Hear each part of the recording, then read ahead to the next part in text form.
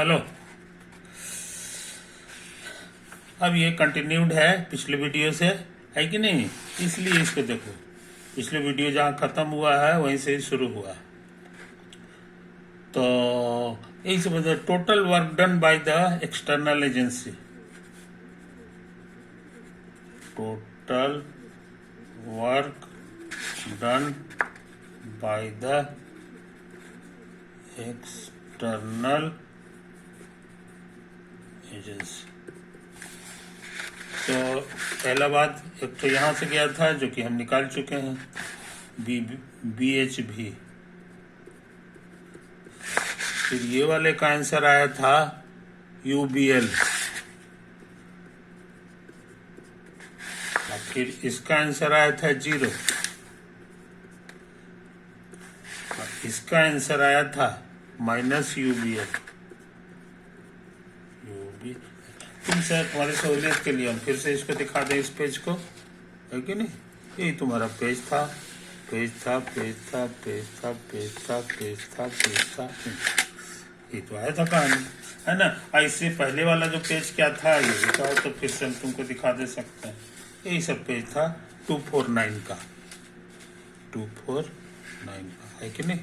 ये तो है कहानी, यही है कहानी। तो बढ़िया से देख लो।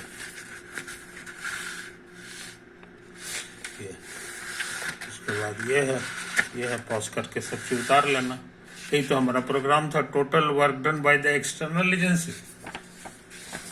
यही पता लगाने का हमारा प्रोग्राम था। तो हम लोग पता लगा लिए, इसमें से सब चीज कट गया, प्लस माइनस, खाली बच गया BHV। ये बहुत इंपॉर्टेंट फॉर्मूला है। तो BH रहने दिया, V क्या है सो समझ लो, V क्या है इसको बढ़िया से समझ लो। यहां से यहां तक की जो दूरी है इसको x कह दो,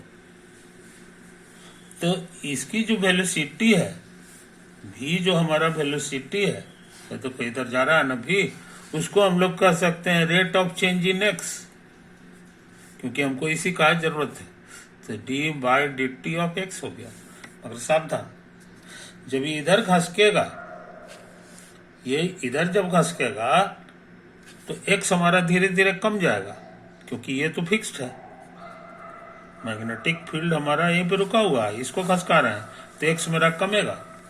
और तुम पढ़े हो मैथ में कि कोई चीज घटता है तो उसका डेरिवेटिव निगेटिव होता है, तो ये निगेटिव नंबर है, समझे कि नहीं? अभी हमारा पॉजिटिव नंबर है, तो ये दोनों बराबर नहीं होगा, इसमें माइनस लगाना बहुत जरूरी है कि नहीं? इसको न हो तो नंबर 1 कर दो। तो अभी हमको उसी v की जरूरत है। इस v को हटा के हम -dx/dt कर सकते हैं। यहाँ पर लिख दो from A, from.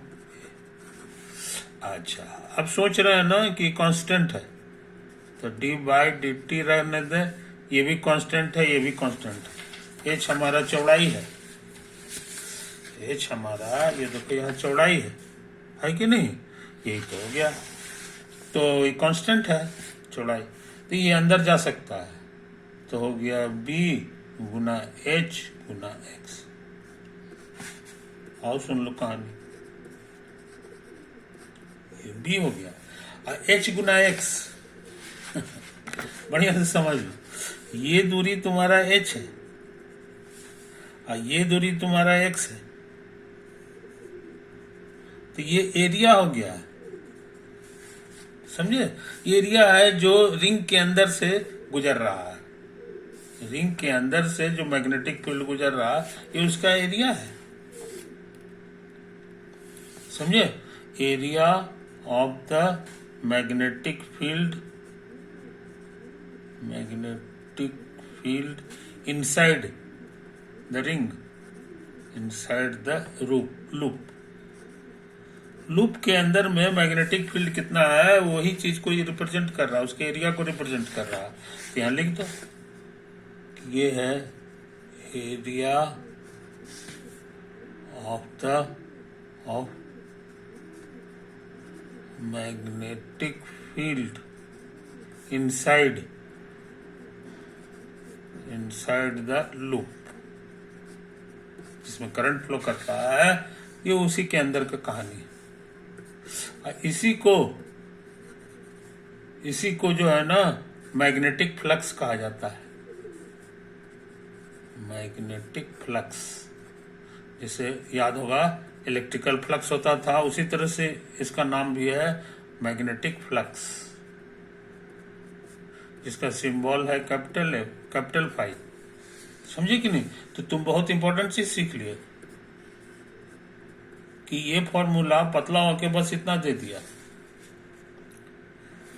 Rate of change in magnetic flux का निगेटिव ही टोटल वर्क डन हो गया। समझे कि नहीं? और जितना total work done external agency करता है, उसी का नाम है मोशनल ईएमएफ। मोशनल ईएमएफ का मतलब यही हो गया। समझे कि नहीं? इसका दूसरा नाम है इंड्यूस्ड ईएमएफ। इंड्यूस्ड ईएमएफ, समझे? तो इंड्यूस्ड ईएमएफ का फॉर्मूला तुम सीख गए, इसीलिए इंड्यूस्ड ईएमएफ जो होता है वो d/dφ/dt होता है। बस तो तुम कहोगे कि तो बड़ा स्पेशल केस में आप निकालें। स्पेशल केस में आपने प्रूव किया है कि ये रेक्टेंगुलर शेप का हो। मान ली शेप हम बदल दें, गोल कर दें इसको, तब ये नियम लागू होगा कि नहीं? यहां तक काम फैराडे का था। फैराडे को मैथ बहुत कमजोर था, नहीं कर पाता था। समझे कि नहीं? तो ये चीज को समझ लो। उसी का चेला था, 15 साल 16 साल छोटा था, है कि नहीं? 15 साल छोटा साल 16 था, और उसका नाम था मैक्सवेल।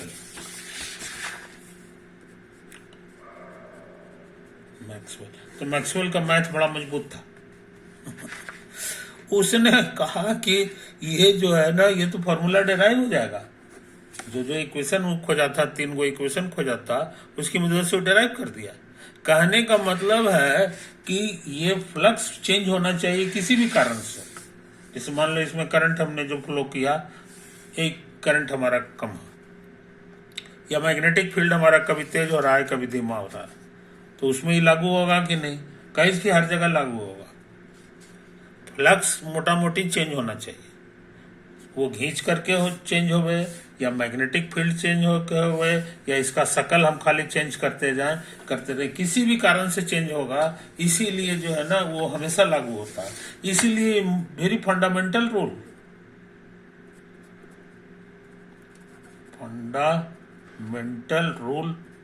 ऑफ नेचर हो गया। कोई दिक्कत नहीं।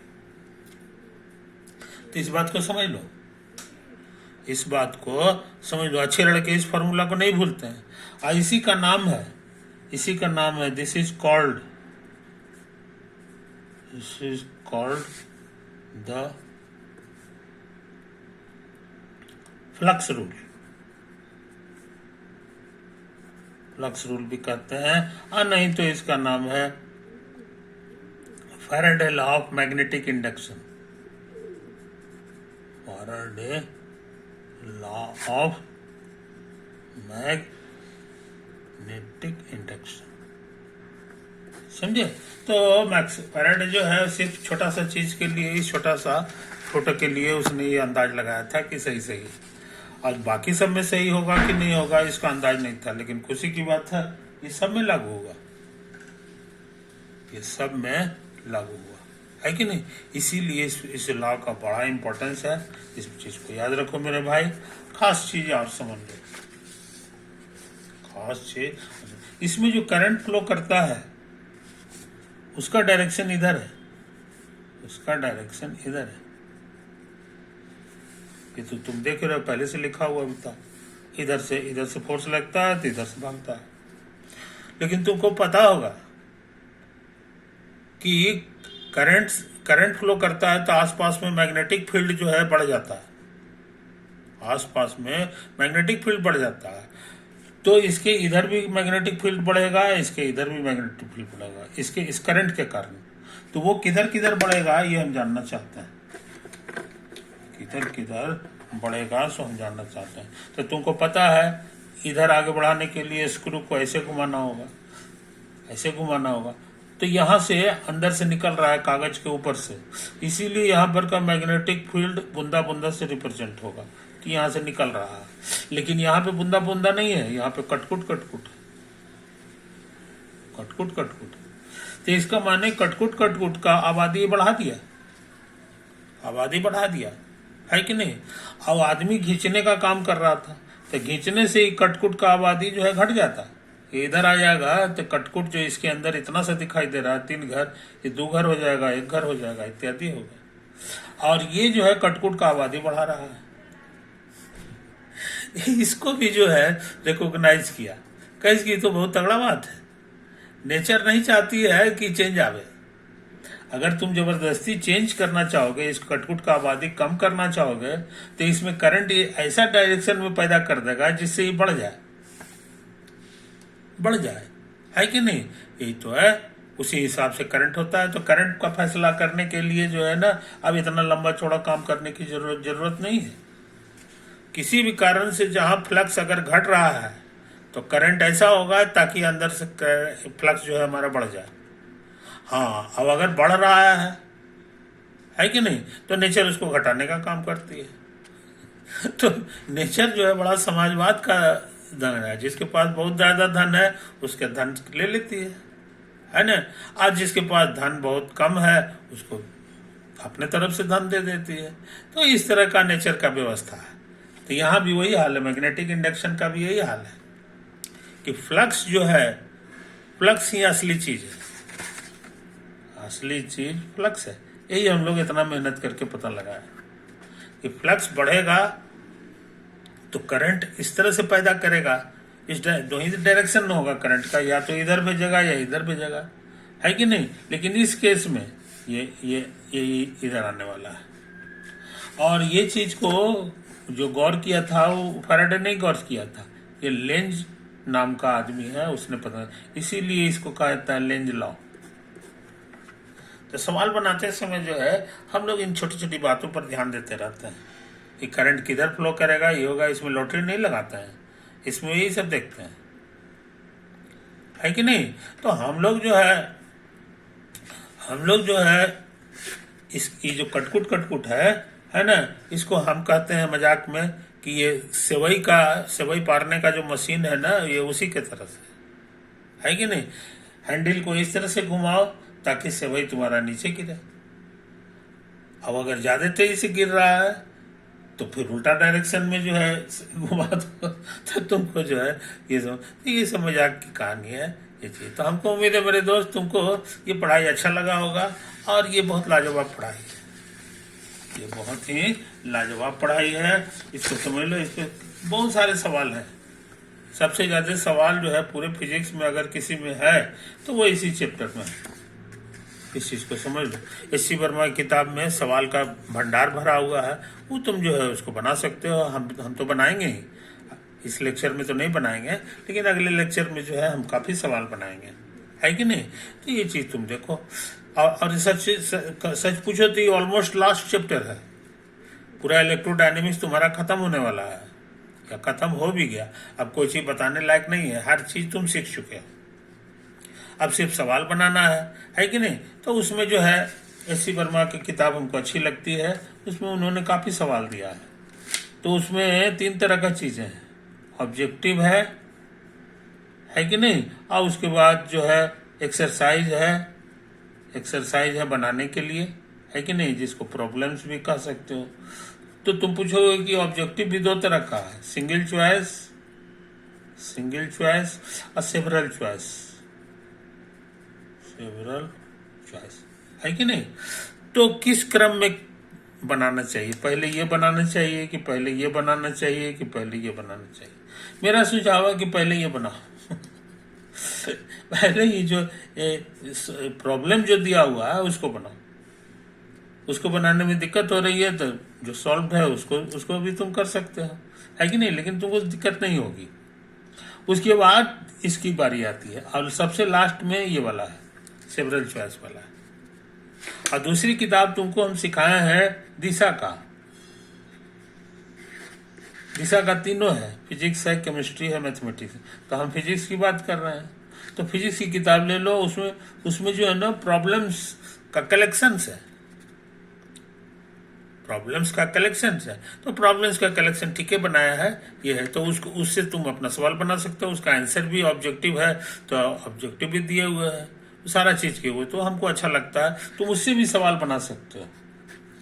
इसलिए सवाल बनाने में कंजूसी मत करो, प्रैक्टिस करना तुम्हारा जरूरी है कि नहीं। और ये सब चीज जो है कि बी क्रॉस बी का किधर होगा डायरेक्शन, तो क्या होगा, उसमें सोचने की चीज नहीं है। जब सवाल बनाते समय प्रैक्टिस हो जाएगा, तब तुम ये चीज खट खट खट खट करना शुरू कर दोगे, है कि नहीं। तो न्यूमेरिकल प्रॉब्लम बनाते समय डायरेक्ट न्यूमेरिकल पे मत आ जाओ। पहले जो है किसका डायरेक्शन किधर होगा, करंट का क्या होगा, ये तुम बिना मैथ लगाए हुए भी जान जा सकते हो। उसके लिए ट्रिक हम सिखा दिए हैं। लेंज लॉ है, फैराडे का अपना लॉ है। फैराडे को अपने मैथ नहीं आता था, और फिर भी इलेक्ट्रोमैग्नेटिक इंडक्शन का रिसर्च किया है, और उसने काफी सही काम किया है। मैथमेटिक्स तो बाद में डेवलप हुआ है।